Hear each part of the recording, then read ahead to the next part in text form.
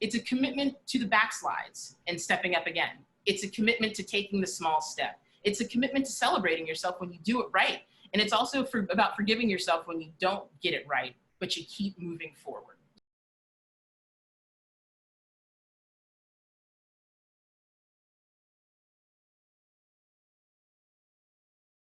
Okay, official welcome to session 2 of Yoga of Anti-Racism Training, facilitated by Verushka and Alicia.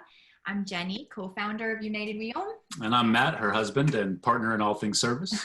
Let's get started. Right. Without further ado, the amazing, fabulous, and powerful couple, Verushka and Alicia. Wow. Right? Okay. Hi. In all seriousness, hey folks, what's up? I'm Verushka.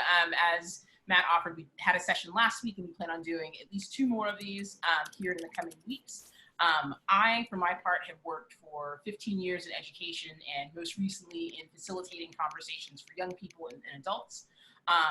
And when I think about how do I want to contribute towards the movement of justice, for me, it's about being in conversation in as many different places and in as different ways as possible.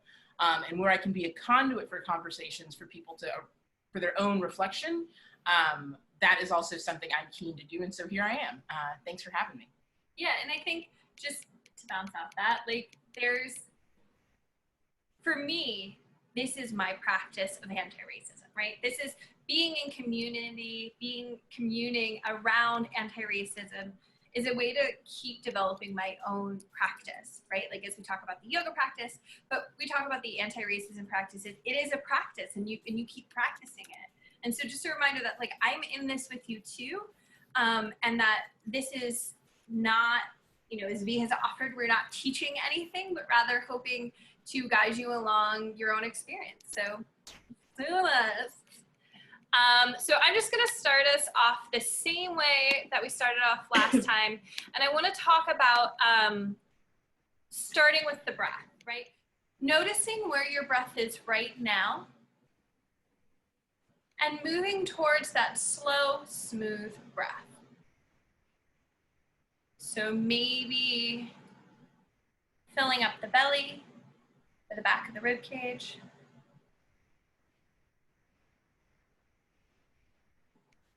Eventually getting your exhale to be nice and long. And then again, beginning to scan your body, just seeing what different areas are calling to you. Maybe starting at the toes and working your way out. Thinking about what areas maybe have a little tension that you can release. And then again, allowing the thoughts to come in.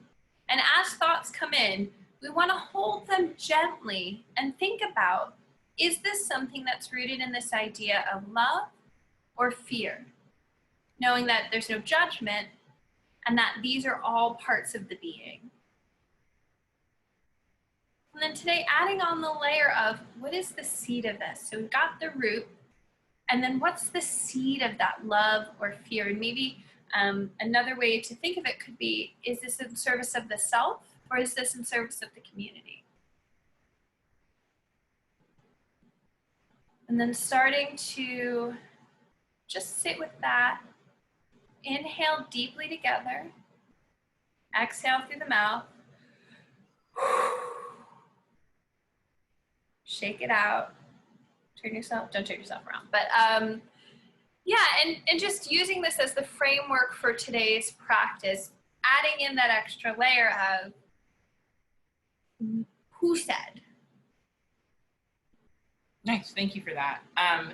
And just as a kind of to make sure that folks have a sense of like where we're going and how we're going to do it, these first introductions, these first breathing exercises and kind of this opportunity to prepare ourselves are really foundational things that will, you know, consistently come back to ground us as we start these conversations or these sessions. So in the same way that Alicia was asking us to breathe and kind of get a homeostasis and like a baseline check for where we're starting off, I also want to ground us in community agreements in terms of how we treat ourselves in this conversation. So obviously we aren't able to be in conversation given the number of folks on the call. So really these agreements or this idea of preparing yourself is just that, you being in conversation with yourself. And so to that extent, stay engaged, stay present in the same way that we were doing that body scan. Check in where the discomfort arises. Where does the anxiety bubble up? Where does the laughter bubble up? Because if you're able to stay present and identify where those things are located in yourself, you're in a lot better position to face it. And one of the things that inevitably comes up in the course of talking about racism or anti-racism or white supremacy is discomfort and the anxiety around having the discussion around that. So our second community agreement is experience discomfort. Pay attention to it. Because if you're able to pay attention to it and move through it, we're better positioned to have conversations that are healing because we're willing to face that discomfort. And in order to be in conversation with that discomfort, you have to speak your truth. I really should change this to write your truth, but it doesn't sound as good. But the idea here is ultimately, you have to be radically honest with yourself in this beginning steps of examining what anti-racism looks like in one's life, and certainly from a yogic perspective. So when we ask you to journal in the PDFs that were offered ahead of time or in your own journals, that is the space to speak your truth and be honest with yourself and what you need to hear to be able to continue to be present for this conversation. Expect and accept non-closure. And what we mean by that is that this is an ongoing conversation with yourself and your community about what it means to make different decisions around racism and white supremacy. And that requires a level of self-reflection and examination that doesn't just have a bookend. You can't say 4 weeks of being in session with Verushka and Alicia talking about anti-racism and yoga and take that off the list and it's done. It's a commitment to the backslides and stepping up again. It's a commitment to taking the small step. It's a commitment to celebrating yourself when you do it right. And it's also about forgiving yourself when you don't get it right, but you keep moving forward. So accepting non-closure is crucial for this. The new one that we wanted to add is about owning your intention and impact. So as you'll see in the course of this afternoon's session, we're going to be talking a lot about how we inadvertently respond to things. And in the same way that Alicia was talking about, thinking about this in terms of the community versus the self, this is no different. Asking yourself, did my intention land in a way that was hurtful or could have been hurtful? And what responsibility am I willing to take for that? And it's my understanding in karmic yoga that this is the idea of moving away from things in service of the self, but then positioning yourself to really be in service of the greater whole. And that's in your actions interacting. Right. So to that extent, that's the framework or the lens through which I would appreciate folks thinking about this. As always, care for yourself. I've got my 4 faces, my handy, trusty 4 faces of Buddha. So as I get nervous or I feel like I'm talking too fast, I will definitely, move this about because this grounds me. This keeps me right here, right now to do exactly what I want to be doing with you guys. So if you have something like that or need something like that, by all means, please grab it. That also means stay hydrated. I hope you guys got a snack. And lastly, be willing to embrace joy and laughter. Talking about race, class, gender, all of these things do make folks feel some type of way. That's all right. But what is also all right are the moments where we're all able to share a laugh or have a little bit of joy together. So where we can find it, I hope we do. Yeah, just acknowledging that more than one, we are all the things. Mm-hmm. We're not just one thing. So thank you. So real quick overview. Last week we looked at kind of the internal and external factors that create dominant and minoritized cultures, and that leads to this idea of white supremacy. Right? This is that kind of reinforcement of white supremacy. And today we're going to look at how the body has a lot of things that kind of get in our way of deconstructing the racism within ourselves. Next week we'll look at systemic racism. So racism has it as a tool of societal oppression. And then finally, talking about the looks and sounds, considering how we act and move within the world in order to live anti-racist lives as yogis. Cool. So we're gonna set our intention for this session. I'm not a classic yogi. Like, I don't really hang out in yoga studios and that sort of thing. But it's my understanding that, like, at the start of yoga sessions, there will be an intention set. And so this quote is our offering for that intention setting. It comes from Audre Lorde's Sister Outsider, Essays and Speeches. And the quote is as follows: "It is not our differences that divide us. It is our inability to recognize and accept and celebrate those differences." So for me, yeah, right? It's a beautiful quote. For me, I like to think of, like, humanity, our life force, as, say, sunlight refracting through a quartz crystal. And what gets, splayed out is this beautiful spectrum of humanity that runs the gamut from dark indigo to a beautiful golden orange hue. Yes. And that, like, it's all beautiful, and you can't deny one's beauty versus the other. And you have to be willing to celebrate those things at the same time. Yeah, thank you. I think that when, I think about this in terms of the anti-racism work that we're doing, it's kind of almost in levels. Like, she puts it out for us. It's this: first we recognize what's happening, right? Who we are, the constructs the colors that we are. And then we accept them, right? As part of us, as part of the whole. And then we're able to celebrate them. And I think the thing that I appreciate about that example is this idea of, like, you look at those colors and you are deeply moved by them. They're not, not one is more worthy or less worthy or more beautiful. Like, it all is. And so thinking about that as part of the racism, anti-racism journey, really kind of leaning into that last piece and using that as, like, the guiding light. So right on, good stuff. So now we're going to move into our centering reflection. And basically this is just an opportunity for us to be able to finally journal and really, again, have that opportunity for radical honesty with the self. This question that you're seeing, we got asked this question this weekend listening to a podcast about a brilliant science fiction writer named Octavia Butler. the prophet Octavia Butler. Anyway, the question was beautiful and simple in its elegance, but so deep. And so we will field the question ourselves here, but we wanted to put the question to you guys as well. So just take a moment and just write down a couple of sentences about what your relationship to change is. For my part, I feel like change has been like this, violent, abrupt thing that happens. Like, I think about getting hit by the car in 2011 and how I'd been planning to change my life, and then boom, I get hit by this car and my life's completely changed. And then again here with, like, the pandemic, like, all of a sudden, plans within plans, and then force majeure beyond anyone's imagination. So for me, it's like, holy smokes. Yeah, so take a minute, write about your relationship to change, and then we'll come back together.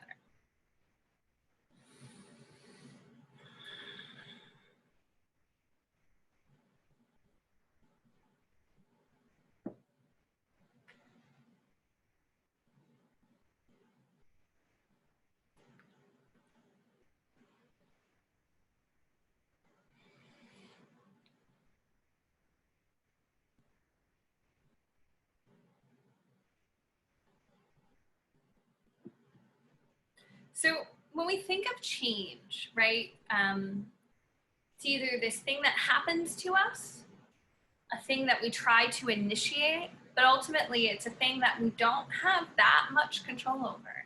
And so for me, when I think of, like, my relationship to change, I think of, like, a house, and that I have these very strong foundations. And ultimately my house is on sand because stuff is always going to change and there's nothing I can do about that. And so for me, I think of it like I'd love to build one of those shelters that survivalists have that you can kind of, like, pack up real small and take with you and move to a new place if you need to. And so, like, that's the growth that I want to do around change, and my relationship to it is evolving. Like, even my emotional relationship to change is changing. So I don't know if that's, like, a concise answer, but that's my answer. So let's take a breath, right? So we just talked about this idea of celebrating like this diversity, acknowledging, accepting, celebrating, thinking about the light, thinking about the change in this anti-diversity work, anti-racism work, excuse me. So let's just get grounded. Let's just take a breath. So inhale and exhale at your speed, moving to a slow, smooth exhale.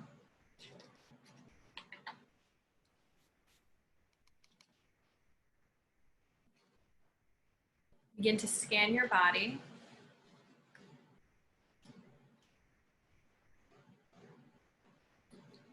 Noticing if there's any areas that need attention or release of tension.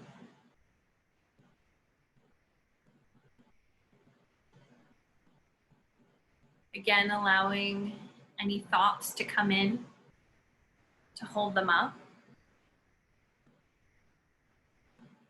And identify the root, love or fear. And then going deeper and noticing, what is the seed of this love or fear? Where is this coming from? Who said?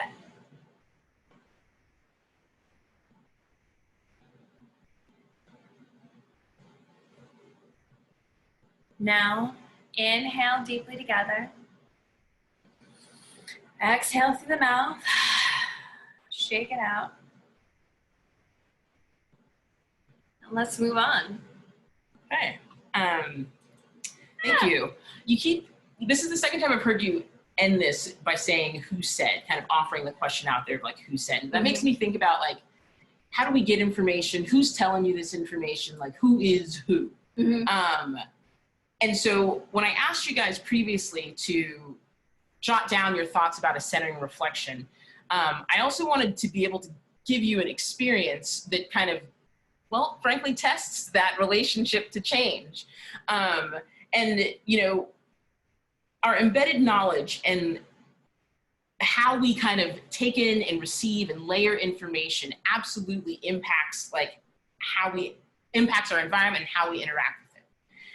And to see and interact with anything, namely our world, we first have to understand it. And one of the ways that we do that is through visual processing. So at any given moment, the brain is taking in a ton of information.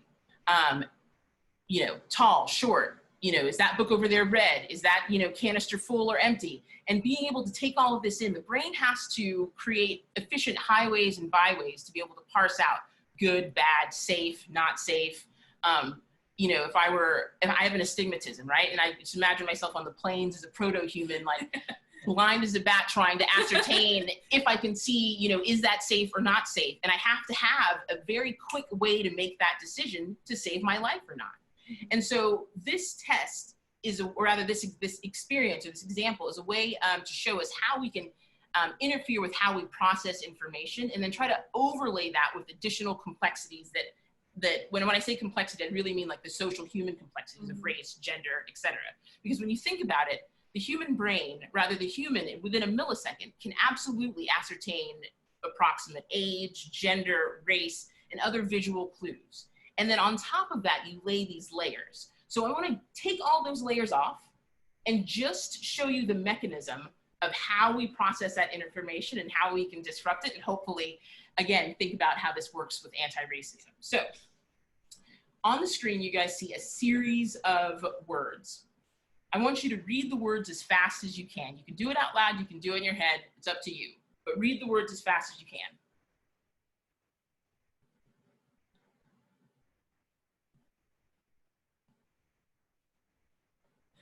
Okay, cool.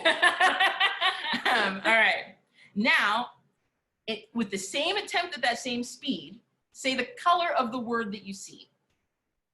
Ignoring what the word says. Ignoring what the word says. So, like, for example, the first one, it's green. Yeah.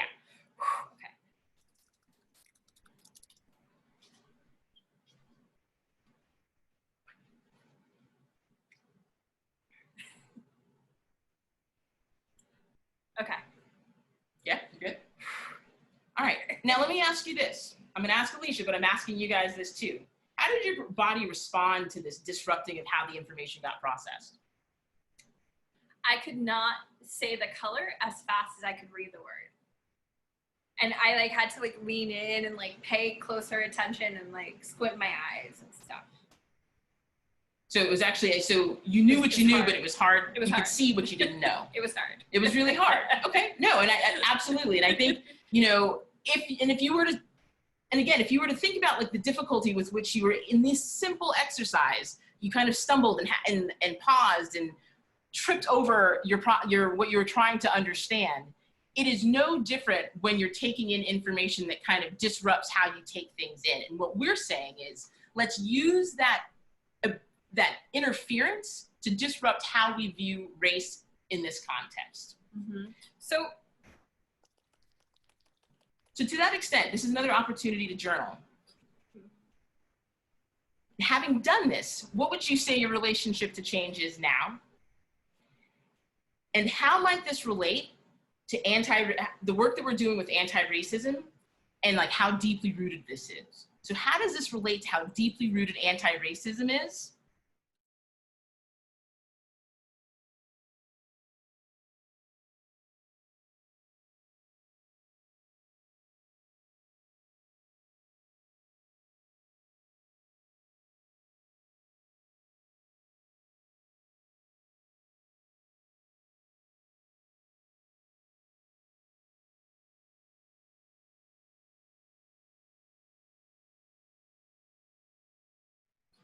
I think what's interesting about this is that, like, as I talk about my relationship to change kind of being fraught, right, and being difficult, I've also, you know, I've asked this question to a lot of people recently, and some people thrive on this idea of change, right? But it doesn't make it any less difficult. And I think in the activity that you were just showing us, Verushka, like, even though we knew what we needed to do, it was still difficult to do it, right? Because I have it programmed in my head that when I see a word, I read it.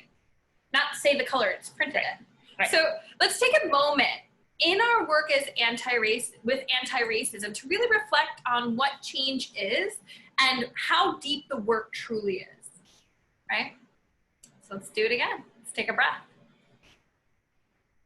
And then breathe, encouraging a slow, smooth, even breath.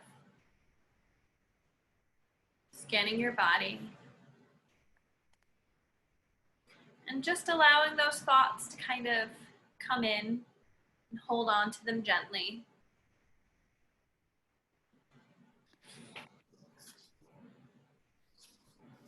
Considering the root,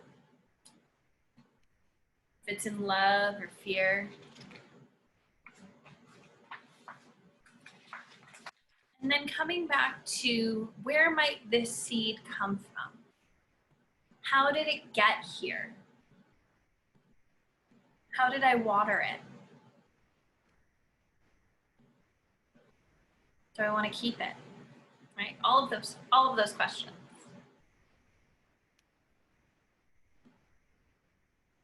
And then just taking another moment to release whatever just happened. Inhale some good, clean love, and then exhale through the mouth together.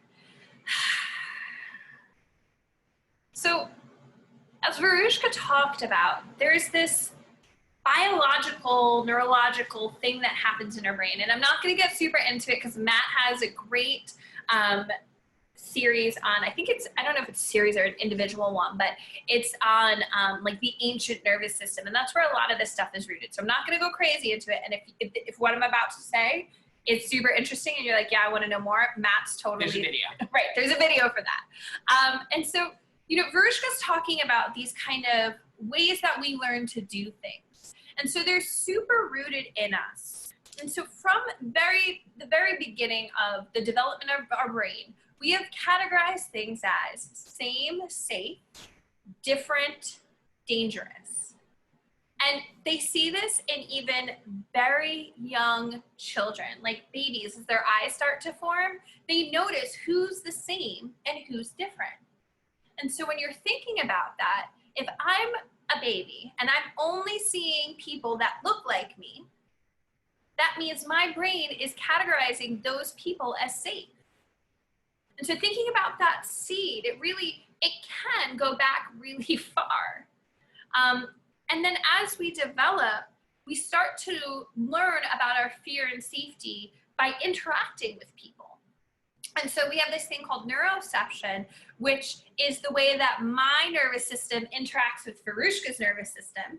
And if I'm smiling, maybe she'll start to smile. It's the same reason why if like I have a child at school who is unhappy or angry or like mad, I'm not gonna go up to them reflecting their happiness, anger, whatever. Right. I'm gonna come in as calm, as gentle, as soft You're changing voice. the vibe.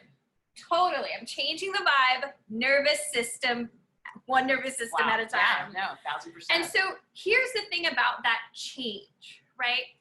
What we know about the nervous system and changing those kind of neural patterns that we develop over time, whether known or unknown, is that we know that the nervous system, 80% of the information is coming from the body and going up to the brain. And so 20% is coming from the brain down. That's why like for me, anytime I'm like anxious or freaking out for some reason, like I can't rationalize my way out of it. I have to sit with it and let my body chill out. And then finally, I'll stop being in this kind of clenched up, crazy mode. And what that tells us is that in order for us to change our neural pathways, it starts with the breath. It starts with being calm and cool and collected effectively in the body, so we can start to change these things, these patterns. So another study that we read about recently was this, there was images shown to white people. Yeah.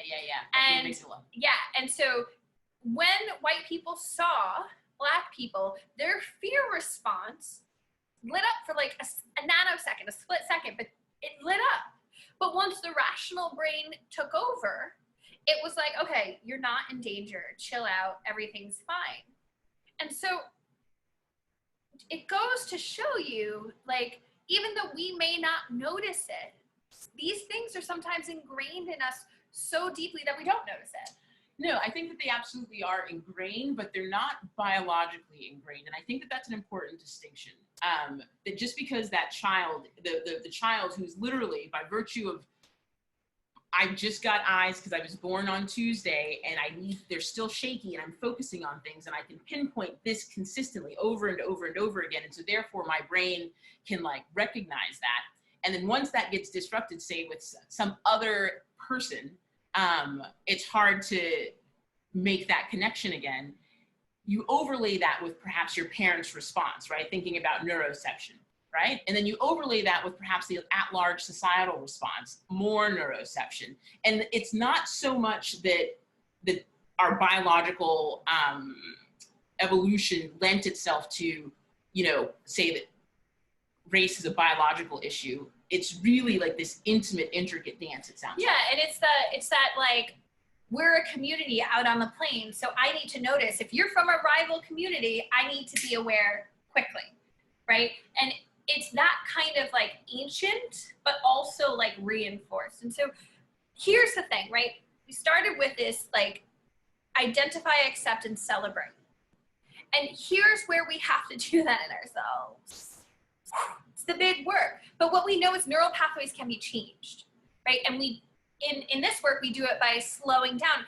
The way that I was able to say the colors is because I slowed down long enough to interrupt my immediate response. All right, so it's kind of big. We're gonna move on, but Q&A, all about it.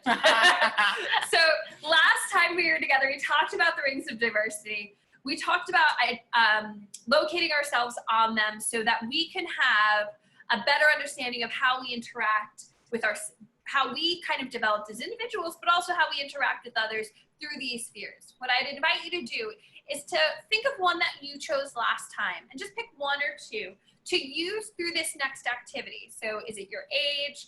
Is it your function? Is it, your experience of the world based on the events? Whatever it is, take a moment, just check in with that. Cool. Now we're going to use all that neuro stuff that I just talked about your identity, and we're going to connect it to a tree. Okay, so Zaretta Hammond is amazing. So just real quick, Zaretta Hammond and the Culture of the Responsive Brain is where this is from. She is brilliant. Okay. We've had to, so I'm a community school director, and we've read it, and I know that I came home being like, have you seen this? And then Alicia whipped out her copy being like, no, I've seen it. So we both are definitely into this. I think we come at it from different ways, but we're both definitely into this. So when we're looking at this tree, if we had to think about Western culture localized to the United States as a tree, and at the base, not even underneath the base. We're going to get into this, and this is also in your manuals. Yes, it is in our manual. So at the base, underneath, there is the roots, the things that kind of ground you to the earth and to yourself, or to the self. And then there is the shallow culture piece, which kind of talks to, the times that you show up and the ways that you do things that kind of go unspoken. Then at the top, you've got what they call the surface culture, the things that are observable patterns in the distance, right? The same way that I could look at a leaf pattern and say that that's an oak or that's an azalea. I don't know if that's a tree or not, but you get what I'm saying there. There's no difference in that observable piece in terms of like what culture is. The observable, the shallow, which is the unspoken, and then the deep culture, which are the things that kind of ground you in the entire experience, your notions of fairness, your sense of self, your worldview, your creation myth, that sort of thing. And these are the things that go into creating those neural pathways, right? Those things that we have as like a community to kind of like do that. So we're gonna dive into this. This is the next piece. So keep that identity that you thought of earlier in mind as we look at this a little bit closer. So this surface culture, if you look at the leaves of the tree, it's talking about dance, holidays, songs, arts, cooking, talk style, stories, literature, right? These are things that are observable in individuals, but they also are things that like aren't really like building trust. Yeah, they're like observable things. So like we were talking about clothes as an example here to kind of contextualize this. And this would be a perfect example of why it has a low impact on the trust quotient. So when I first moved to New York, being, a Texan has a completely different vibe, definitely wore cowboy boots and tight Wranglers, all of that. Coming up to New York and seeing the adornments of Northeastern culture really surprised me. And as somebody who works with children, that's typically where I observe it the most. And when I first moved here, I was staying at a hostel in Harlem, and I saw a little boy crossing the street who was the most stylish 6-year-old I've ever seen. He had little Timberlands and like cool little denim ensemble and a haircut and the swagger, the whole bit. Like he looked like a grown man who, knew his way around whiskey, right? Fast forward down the block on that same bus on the Upper East Side, trying to get to the Met, and I see a little boy in a double-breasted, tailored blazer, navy blue with the gold buttons, khakis that were dry cleaned, and calfskin loafers. Comparable in age young people, but the adornments that they had on, literally the clothes that they wore, told the story of their cultural expression. And that for me is kind of what when I think about surface culture, that's what I think about. Yeah. That, like, I'm just observing this as I'm passing on a bus, but I can pinpoint and say, that's an uptown kid. That kid's parents probably have a ton of style and wanted to make sure that their kid also had style too. Yeah.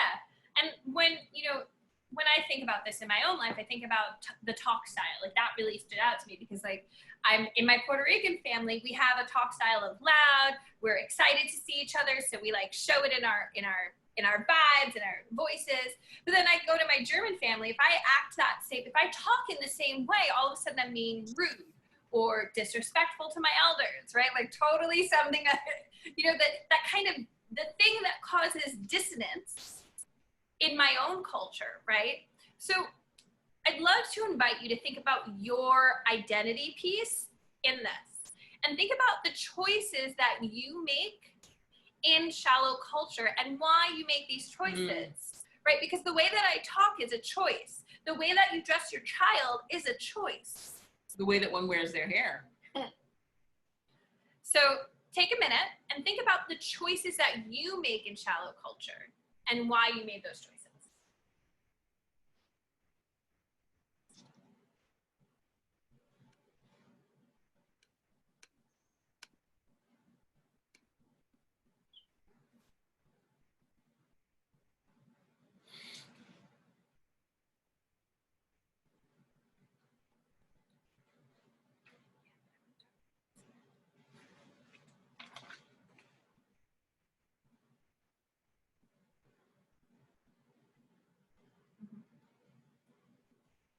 All right.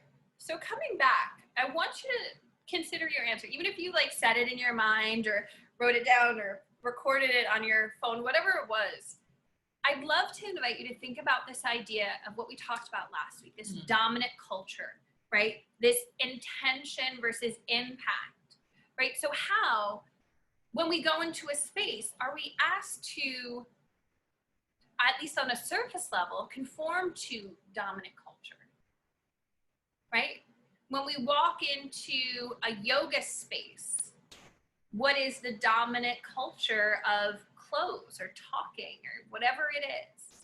And think about that and how it might start to, and we're not going to take a lot of time because we will swing back to this later, but think about how that might start to interact with other people in their, if their dominant culture has a different way of being, as far as like surface culture.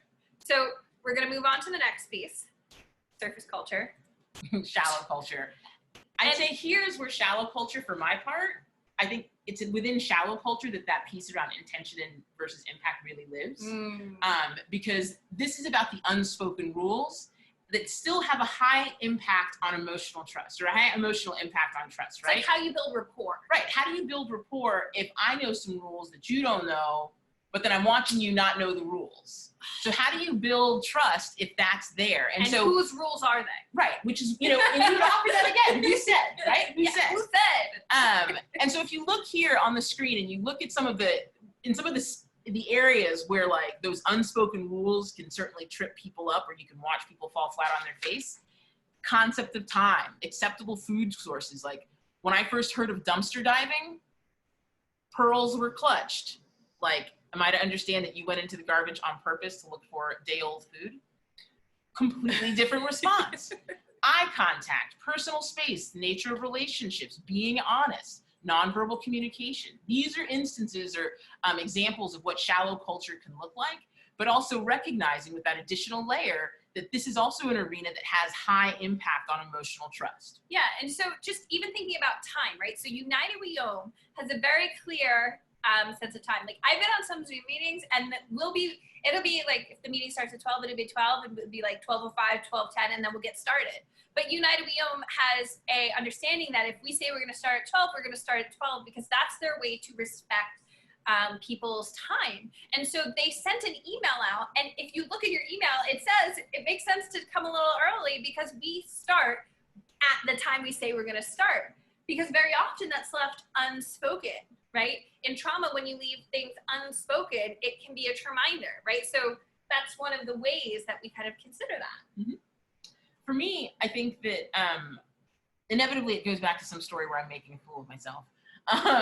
But this time I'm in Senegal, and I am, loving it. It's beautiful. I'm being a total American tourist, taking photos and asking a bunch of questions and just generally thrilled to be here. And at one point I go to shake the hand of our tour guide and thank him for offering such a wonderful tour of Dakar.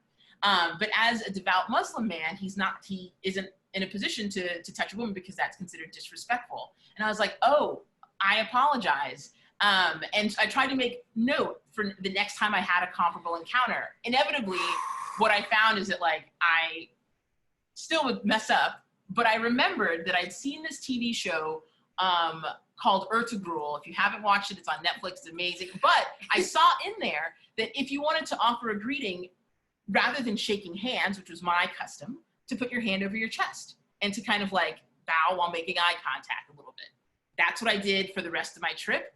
Went swimmingly. But it took that moment of disruption and then trying to root through okay, what information do I have on this? Where can I make, try to make right, and then found it and did it. Yeah, and I think, again, when these things go unspoken, it's gonna be, and thinking about jobs and thinking about communities, right? There are tons of unspoken rules and ways of being that show respect in one culture that don't overlap. And I think sometimes it's not as easy as just well, this is how people do it. And so I need to now, who says I should be the one that has to change versus, right? Versus how do we do this in a way that, like V said, still shows respect, but also honors her want to be thankful, right? Yeah, so absolutely. like thinking now we go back, pull it back in.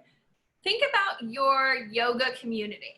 You could think about the identity that you talked about, or you could think about the yoga communities and wellness communities. But like, what are some of the unspoken rules or ways of being that go back to this ideas about time, food sources, eye contact, handling emotion, tempo, being honest, right?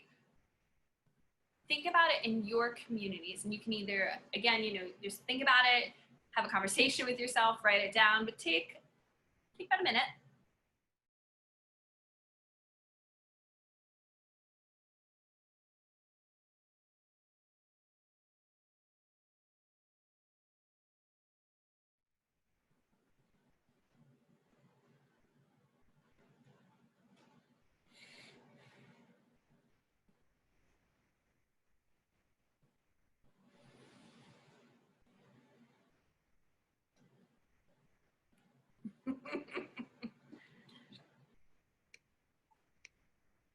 All right, 30 seconds.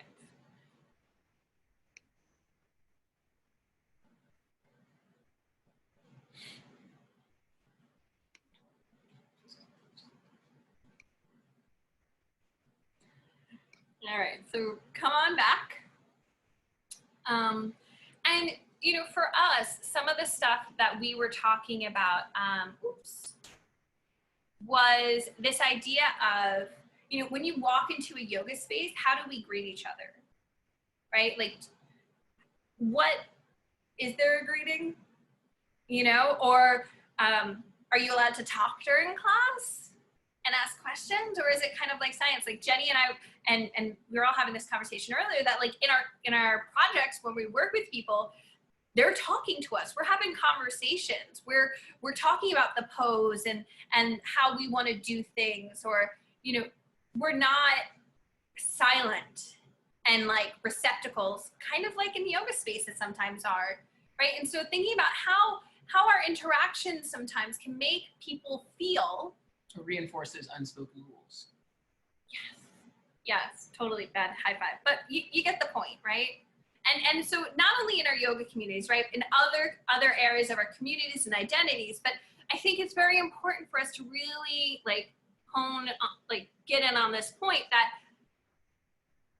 dismantling racism within yoga starts at not just the surface, but goes into the shallow, and it's gonna go into the deep, but we're gonna get into that in a second. Yeah, what actually makes deep culture super fascinating is that it actually manifests at shallow and at surface culture. Yeah, so just to bring it back real quick, think about how long you've been doing those behaviors and how many times you've greeted somebody in the same way or expected yoga class to go the same way, and thinking about the change agent and our neural pathways from earlier, right? Thinking about all of that and then bringing it into, oh, now I need to start thinking about other people and the way that they do things, and not just in the, I'm going to act like them, but I'm going to understand, accept, celebrate them, right? They are part of that light. And so how do I be true to them and true to myself at the same time? So deep culture. But that's it. But like deep culture are the ways that those kind of things show up. And like, if those deep culture questions don't get examined, they just show up and you don't even think about it. You're just like, well, it's just presented. It just is. When in fact, it doesn't have to be. And so when we think about deep culture, the three that we kind of highlighted or rose up were the concepts of self, spirituality, and concepts of a higher power, and like a notion of fairness. And you'll see there's like decision. How do we make decisions? Or do we do it as a community, or do we do it individually? How do we, what is the concept of self? Going back to karma yoga, thinking about, am I in service for myself, or am I in service of the community, right? So here, if you take a look again, where if you bring that back, no, all good, where it talks about collective unconscious and intense emotional impact on trust. That's when these things, where we feel like we get shaken to our core. And I know, just having worked with children, fairness is something that we as human beings are very tethered to. When I think about notions of fairness, I want to give like an immediate concrete example that we're all kind of bearing witness to. So as we all know, we're in the middle of a COVID pandemic that's been unprecedented in terms of, on par with the 1918 flu pandemic or what have you. History buff. And in some parts of the country, there's an attitude of, why should I wear a mask if I'm choosing to be responsible for myself? And then I was, listening to that, and I was like, okay, no judgment. You're speaking to ultimately a cultural value. And then somewhere on the news in Arizona, a gentleman basically said that it was because of the rugged individualism, or the belief of the rugged individualism that Arizonans had of themselves, that they were very reticent to mandate folks wearing a mask in public spaces. And again, no judgment, but what it told me unequivocally was that that idea of rugged individualism was a deep part of who that particular part of the country felt that they were, and that it spoke to their idea of fairness, that it's not fair to me to have to consider, to put on a mask if I don't choose to, when I don't think that this is as serious as it is, because I'm a rugged individual. And like, again, I'm not ascribing any judgment to that logic in terms of that self-belief, but it does highlight for me where and how those deep beliefs, fairness, who I am, where do I come from, showing up in shallow culture, those unspoken rules, and showing up in shallow culture, those observable areas where I can sit here and say, surface, forgive me, where I can sit here and say, I know for sure that that is what it is because it's a pattern I can see elsewhere. And that's for me where deep culture becomes a really powerful thing. And that if we have to be willing to examine that base to really see how it shows up in those other two layers. Yeah, and I think in yoga communities, especially, I'm getting goosebumps even just bringing this up. We talk about cultural appropriation, and deep culture is where kind of the root of that lives. Very often in yoga, we have these surface experiences that connect us to yoga, surface culture experiences, right? Thinking about the tree. And when we start to get into more shallow and deep culture, we have to examine within ourselves this kind of why, who said, how, am I honoring, am I, there's a lot of power dynamics that get into play. We're going to talk about this more in a later session, and because I do know it's a big topic, but I want to plant the seed. I'm planting lots of seeds, but I want to plant the seed of deep culture and cultural appropriation go hand in hand. Like, you can't understand one without understanding the other. So before we even go any further, because I know that was a big one, I want you to just journal a little bit on deep culture. So thinking about, your notions in deep culture, right? This decision-making, self-concept, where were these notions developed, right? Thinking in your life, in your kind of cultural identity, how were these notions developed? Who helped you develop them? What sources of information were you taking in order to develop this, right? How did you build this neural pathway?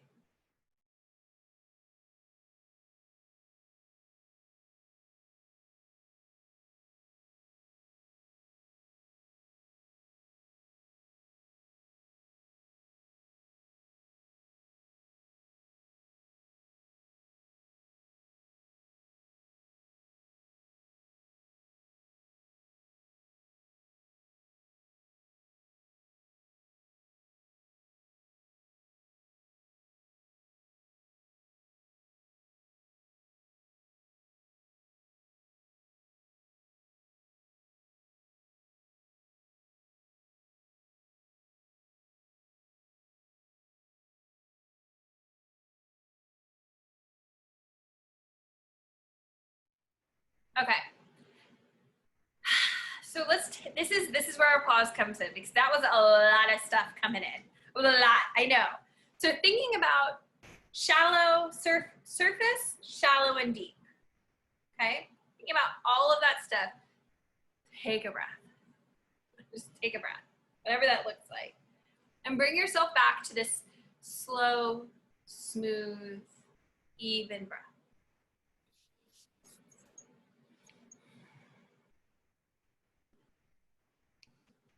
Scan your body. Notice if any tension has arose. Notice if your body's got any tension in it that it didn't have before. See if you can ease any of that. And then start to, again, acknowledge any thoughts that you're having. You know, kind of like a butterfly, let it land gently. Don't have to grip it. It's just beautiful where it is. And notice, is this rooted in love or is it rooted in fear? Holding it without judgment. Right? I know we're judging love and fear, but neither is bad nor good. It just is. And then start to go back to the root, the seed of this love or fear, thinking about all these layers of culture. Where was this thing developed? How did you tend to it? Did you even know that you were tending to it?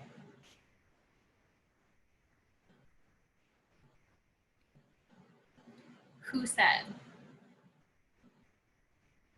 And then bring yourself back. A nice deep breath.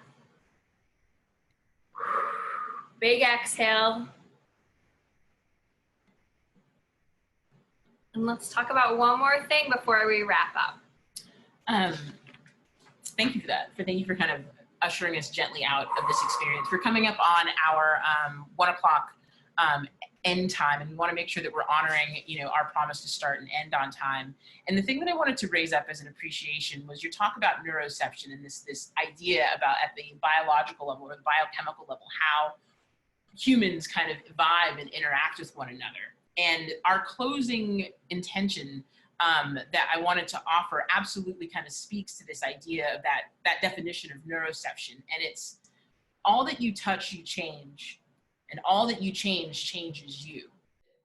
As we do this work of beginning to undo anti-racism in ourselves, identifying how the body responds at a very fundamental level to the layers of information that we've been given over a lifetime, as you change those things incrementally, moment by moment, encounter by encounter, you also change your environment. So whoever you're in conversation with, be it a friend, colleague, partner, lover, what have you, as you two start this conversation with yourself and have it with other people, you by turn change them as you've been changed. And I think that's really beautiful. Yeah, I think it also, you know, it's kind of a cautionary tale. You know, I think you saw on the screen before we kind of shifted over this idea of like, how do our surface, shallow, and deep cultures have an impact on Black individuals, right? And so by embodying white supremacy, we're causing stress and all of these like really well documented physical experiences on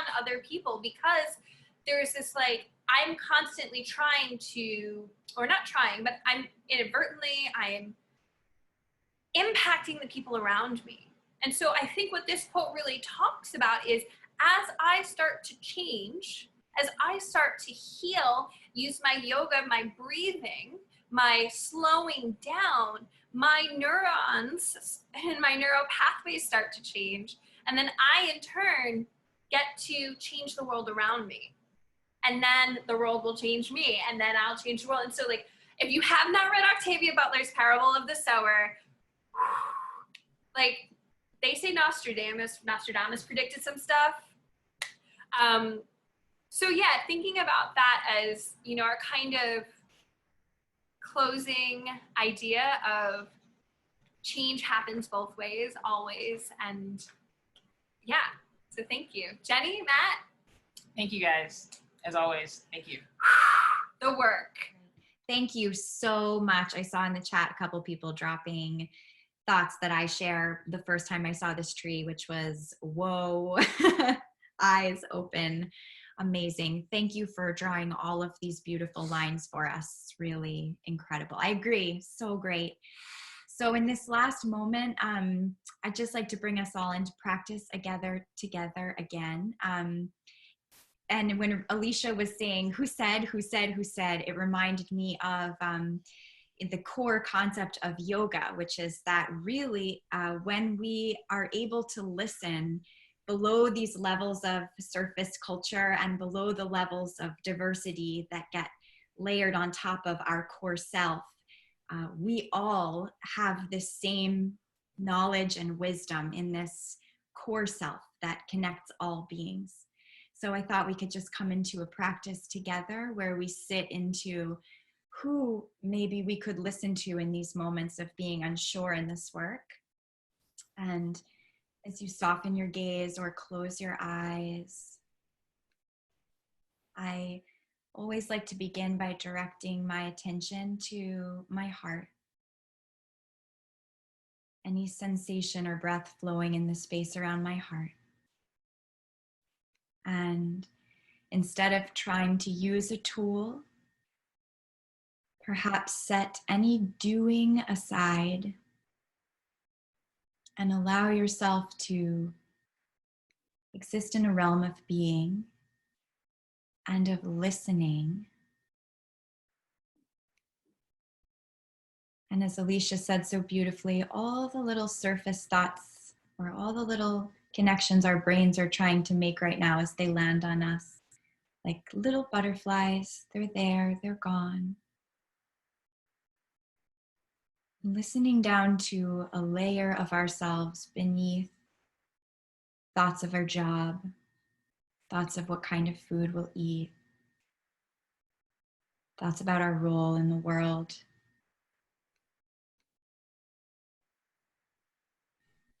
And feeling down into that core self that flows through all of us.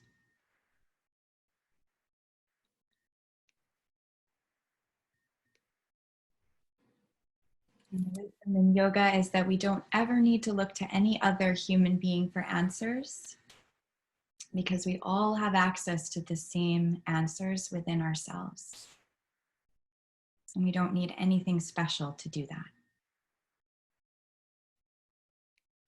I'm going to bring my hands to my heart. You're welcome to make any gesture or not that feels right to you. I'm going to let my eyes come back to all of you beautiful, amazing, brave human beings who are in this work again today. I love this idea of namaste, which to us in our organization means I am going to gaze at you until I recognize that you are me, are one flicker, one and the same. And the ability to hold each other's gazes in our lives until we see that same. Wonderful.